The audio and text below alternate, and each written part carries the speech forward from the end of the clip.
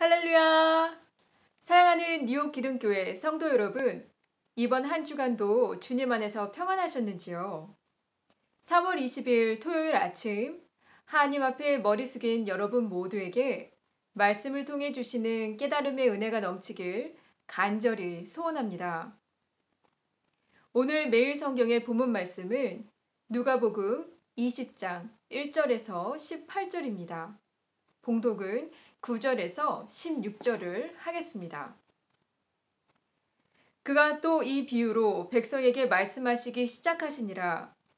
한 사람이 포도원을 만들어 농부들에게 새로 주고 타국에 가서 오래 있다가 때가 이름에 포도원 소출 얼마를 바치게 하려고 한 종을 농부들에게 보내니 농부들이 종을 몹시 때리고 거저 보내었거늘 다시 다른 종을 보내니 그도 몹시 때리고 능욕하고 거저 보내었거늘 다시 세 번째 종을 보내니 이 종도 상하게 하고 내쫓은지라. 포도원 주인이 이르되 어찌할까 내 사랑하는 아들을 보내리니 그들이 혹 그는 존대하리라 하였더니 농부들이 그를 보고 서로 의논하여 이르되 이는 상속자니 죽이고 그 유산을 우리의 것으로 만들자 하고 포도원 밖에 내쫓아 죽였느니라. 그런즉 포도원 주인이 이 사람을 어떻게 하겠느냐? 와서 그 농부들을 진멸하고 포도원을 다른 사람들에게 주리라 하시니 사람들이 듣고 이르되 그렇게 되지 말아지이다 하거늘. 아멘. 오늘 본문 말씀은 예수님이 성전에서 가르치는 것을 문제 삼는 유대 지도자들의 편협한 질문으로 시작합니다. 예수, 당신이 뭔데 성전에서 말씀을 가르치고 있는가? 무슨 권위로 말인가? 작정하고 꼬투리를 잡아 예수님을 끌어내리려는 얄팍한 수가 숨어 있습니다. 예수님은 그들의 꾀에 넘어가지 않으시고 오늘 봉독한 말씀, 포도원의 농부의 비유를 말씀하십니다. 이 이야기에서 나오는 주인은 포도원을 만들어 농부들에게 새로 주고 타국에 나가 오래 있게 되었습니다. 그러던 어느 날 포도원 주인은 소출을 걷기 위해 그의 종들을 보냅니다. 이 당시 포도원을 만들어 새를 주면 포도나무가 정상적으로 결실할 때까지 4년 정도 소작료를 면제해 주었다고 합니다. 때가 이름에 라는 표현을 통해 적어도 4년이 지났음을 알 수 있습니다. 상식적으로 포도원 주인은 자신의 종들을 한 번만 보내면 될 일이었습니다.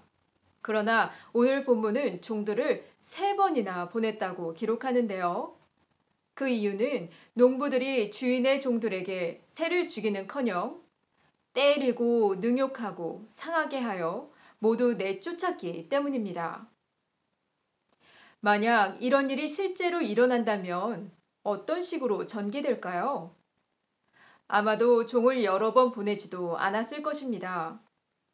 첫 번째 종을 몹시 때려 쫓아내고 주인의 오더를 무시했을 때 이미 주인은 법적인 조치를 취했을 것입니다. 그러나 이 포도원의 주인은 달랐습니다. 13절에서 어찌할까 하고 고민합니다. 그의 고민의 결과는 하나밖에 없는 아들을 반역한 농부들에게 보내는 것이었습니다. 그래도 하나뿐인 내 소중한 아들인데 내 아들은 존대하겠지. 그런 바람을 갖고 말입니다. 안타깝게도 농부들은 주인의 바람과는 정반대의 행동을 합니다. 당시 토지법은 지주가 상속자 없이 죽으면 소작인들이 토지의 우선권을 갖게 되어 있었습니다. 농부들은 이 법을 악용할 생각으로 주인의 하나뿐인 아들을 포도원 밖에 내쫓아서 죽이고 맙니다. 예수님은 이 포도원의 비유를 이사야 5장에서 빌려오셨습니다. 선지자 이사야를 통해 하나님이 이스라엘을 꾸짖으신 말씀에서 포도원 주인을 하나님으로, 포도원을 이스라엘로 표현했습니다. 오늘 읽은 본문 말씀도 마찬가지입니다. 포도원 주인은 하나님, 포도원은 하나님의 백성인 이스라엘입니다. 농부들은 유대의 지도자들입니다. 하나님은 유대의 지도자들에게 하나님의 백성들을 돌볼 책임을 주셨습니다. 농부가 포도원의 소출을 얻기 위해 정성을 다해 돌봐야 하듯 말입니다. 그러나 대다수의 유대의 지도자들은 그들의 책임을 다하지 않았습니다. 하나님은 그의 종 선지자들을 보내셨습니다.